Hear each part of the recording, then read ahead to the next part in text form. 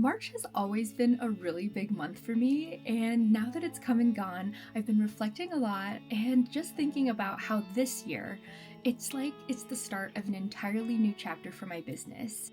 If you're new here, I'm Shireen, a 30-something self-employed creative living in a small Colorado mountain town. I started my business as a handmade knitwear brand and turned my hobby into my full-time job. But over the years, my vision has evolved, and now I'm stepping into something even bigger, helping other creatives build intentional, sustainable businesses that align with their values. In this video, I'm taking you back to where it all started, the unexpected moment that changed everything and how it led me here. I hope my journey helps you feel less alone and inspires you to keep creating a life you love. I know for many creatives, the dream is to go full-time, and that was definitely something that I dreamed of when I first started, but I'm also here to tell you that the path isn't always linear. So I thought it'd be a great chance to sit down, grab a beverage, and just share a little bit of my story, and hopefully it helps you along on your journey too. 9 years ago, I got into a freak ski accident that ultimately changed the entire course of my life. At the time, I was a chef working in a fine dining restaurant, working over 80 hours a week, never getting to see my husband or friends, and not really even making that much money. I was purely driven by my passion for the work and thinking that this was my career. In college, I actually studied food science and ended up working in food manufacturing and research and development for a couple of years. And from there, I had always had restaurant jobs and things like that, and decided that I wanted to go back to culinary school and really go down that culinary route. I loved to cook. It was something that just brought me so much joy, and I was really good at it. And at the time of the ski accident, I was working in a really high-level restaurant running that kitchen. We were actually invited to cook at the James Beard House in New York, and I was managing all of the menu development, all of the training, all of the logistics, and all of that. In the accident, I cut my arm down to the bone. I cut 6 extensor tendons and ended up having to get 2 separate surgeries to repair my tendons.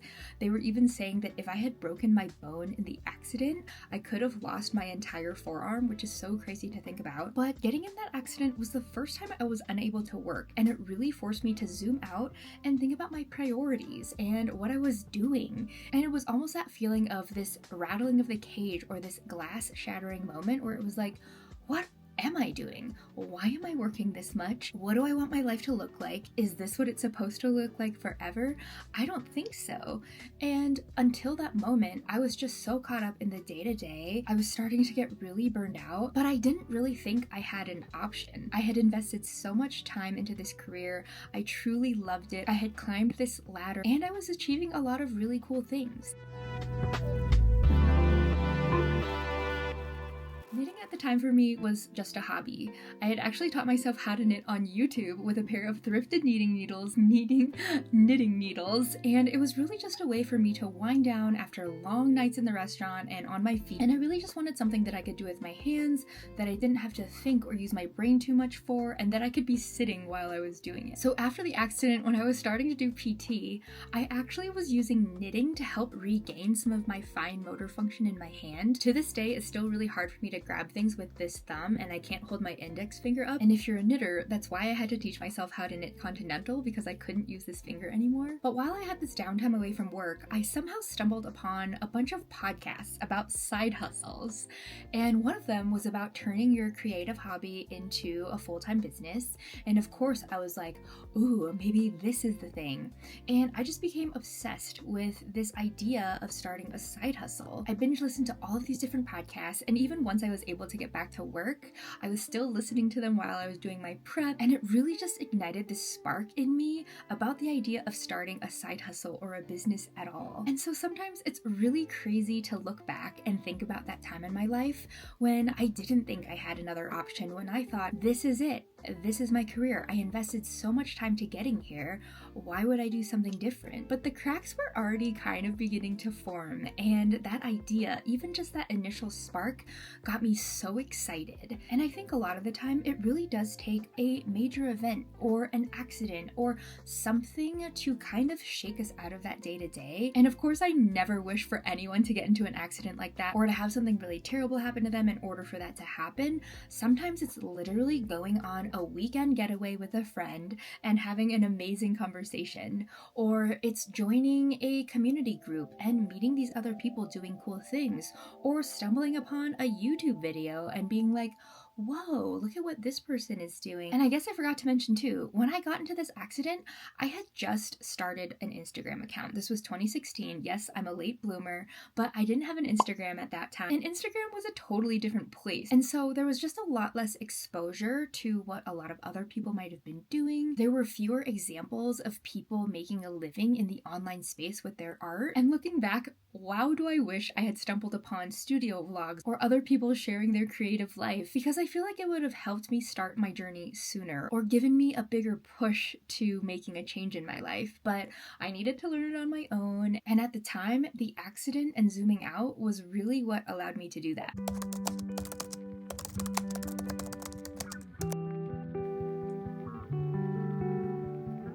2 years later, I officially left the restaurant world to work on a small local farm, and by this time, I had already had my side hustle. I had started selling at a local shop in town. I had just opened my Etsy shop, but I had gotten to the point in my restaurant job, and I had moved on to a different restaurant by then. I was at this point of intense burnout, where I almost felt like there was no other option but to leave. I didn't have the joy for the cooking anymore, and that terrified me. This was something that I loved so much. This was something that I had put so much time into. This was my life. And here I was, not feeling that fire for it anymore, and I didn't know what to do. So the opportunity came for me to leave the restaurant world and work on a local farm. And I almost feel like I needed that tie to the food world and to that part of my identity in order to feel safe. But what it did for me was it gave me so much time to work on my side hustle, to grow my business. And a couple years later, I had gotten to this point in my business where I was like, what would happen if I put 100% of my energy into it? I had grown it to the point where I was making a decent amount of money, and it started to feel like my farm job was the bottleneck of me growing in my business. So I got to this crossroads where I was like, what would happen if I put 100% of my energy towards my business? And I put in my notice at the farm. My last day of work was supposed to be March 18th of 2020. And as we all know, the world shut down, but luckily I had already set myself up for self-employment. And I was like, well, that is the sign of all signs that I need to put all of my energy towards this business. And my business grew to a point that I could never have even dreamed.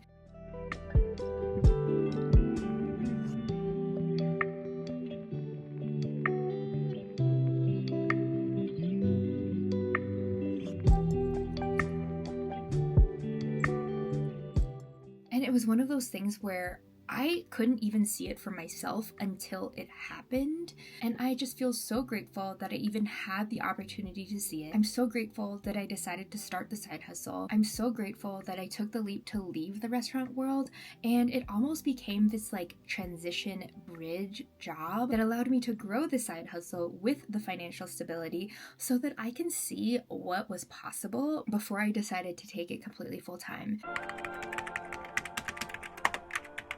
And I think a lot of the time people think, oh, you quit your job and you go full-time in your business. But it very rarely looks like that. And everyone has different financial circumstances. Everyone has a different support system. And so you really have to figure out what that might look like for you and set yourself up for success, but also actually give yourself the chance to see what could be possible. And when I decided to go full-time, I had already been doing my side hustle for 3 years. So I had learned a lot along the way. I also had signed up for Marie Forleo's B School.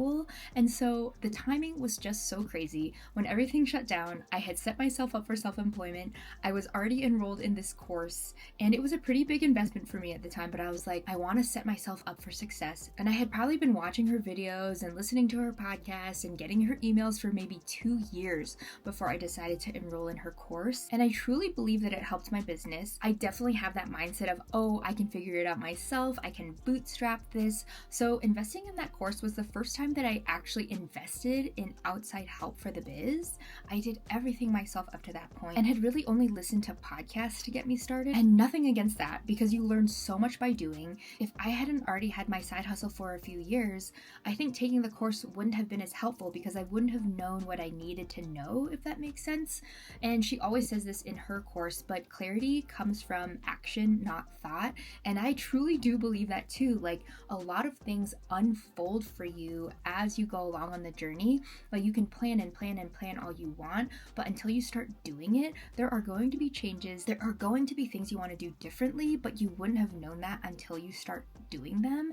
And that is also something that I think holds a lot of people back from starting at all. They get stuck in the research phase, in the planning phase, in the I'm waiting for the right time phase. And honestly, there is never really a right time. There's always going to be something that's holding you back. There's always going to be a reason not to try something new or take a leap. And there's always going to be a certain amount of risk, but you can set yourself up for success. Like for me, when I decided to quit my job and go all in on my business, I had already saved up enough money where I felt like I was very safe. I also seeded my business bank account and told myself, this is the amount of money I have for my business. I'm not going to spend more than this in the business until I pay myself back.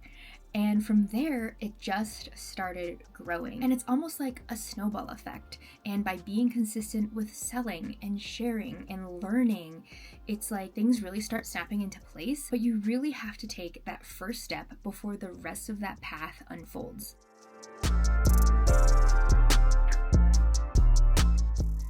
So back to right now and this new chapter and this new season. What is happening in my life right now? If you've been watching the vlogs, you probably have a pretty good idea. But this whole time I've been running Smee Made Wild, I also had a side hustle chef business. And it got to the point where I was only taking a couple of gigs, only in the off-season months from June to August. And by the end of last summer, even with only a few gigs, I was getting so burned out. And this was almost that last thread that I had been holding on to of that chef identity and that chef career. And I'd always seen it as a side hustle. It was almost like a little safety blanket that I had. And even though Smee Made Wild has been my full-time income, it was really nice to have the chef income as a little bit of a buffer. But this year will be the first year in my entire career that I am taking 0 chefing gigs.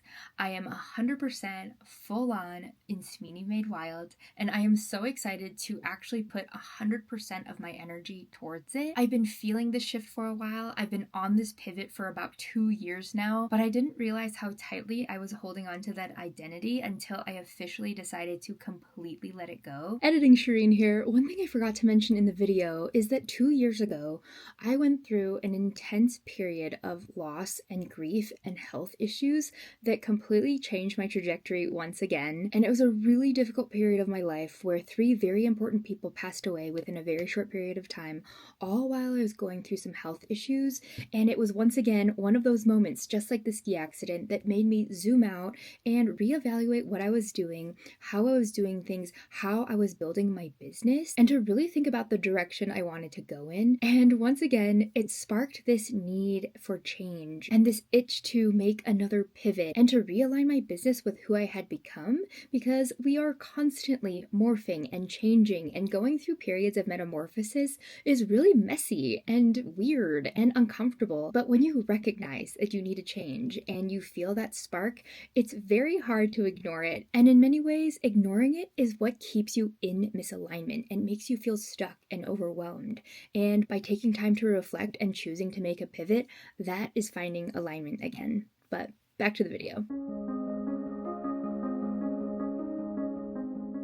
So at the end of this winter season, which is the end of a year for my business and the start of a new one, I'm really excited to grow this new side of Smee. I've been talking about it a lot, but in-person experiences, creating community, and building real spaces for connection is something that I'm so passionate about. I hosted a creative business retreat to Iceland back in January, and it was one of the most transformative experiences I've ever had, and it really made me want to do even more of them. And even with this YouTube channel and my Discord community, and just getting to talk with you a lot more, I realized that a lot of people are seeking more spaces to connect and more experiences. And so I'm working to incorporate a lot more more of that into my business. I have a lot of exciting things in the works, both in the online space and in person, so keep an eye out. If you're not on my email list or in the Discord community, you're definitely going to want to get in there. I think one of the biggest lessons I've learned on my journey is that it's okay to evolve. In fact, it's a good thing if you are evolving.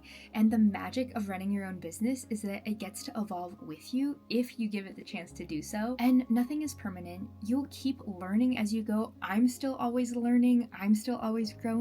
And that creativity of figuring out what you want, how to be in better alignment, how to be more intentional, and how to step more into your values is something that truly lights me up. And I really hope that every business owner, every creative gets the chance to do, because you don't have to be stuck in one way of doing things. Even if something has worked for you for a really long time but doesn't bring you joy anymore, you're allowed to change it. And the awesome thing is, you are a creative person. You are seeking a creative life. You are seeking a way to live life on your own terms. And part of that is allowing yourself to evolve. And for anyone dreaming of going full-time, don't be afraid to start. Don't let yourself get bogged down in the planning, in the waiting for the right time. Just get started, and you will learn so much more along the way. Don't forget to follow your joy and to allow your creativity to flow. Don't be afraid to let something go if it doesn't feel aligned anymore. And always remember that growth is rhythmic, and there will be ebbs and flows to your growth. There will be ebbs and flows to creativity and even to your energy, and that is okay. So if you've made it this far, I want to know more about you. Where are you at on your journey? What is your big dream and goal? And what might be something that's stopping you? And if you want to come along on this next chapter of my journey, and if you enjoyed this video, don't forget to like and subscribe. It really does help my channel. And if you want to know even more, sign up for my email list, or join the Discord community, or come along on one of these creative camps. I would love to meet you and talk all about these dreams together in person. And if your dream is to create a life of freedom doing what you love, keep going, because you really never know where this will take you. Thank you so much for watching, and I will see you in the next video.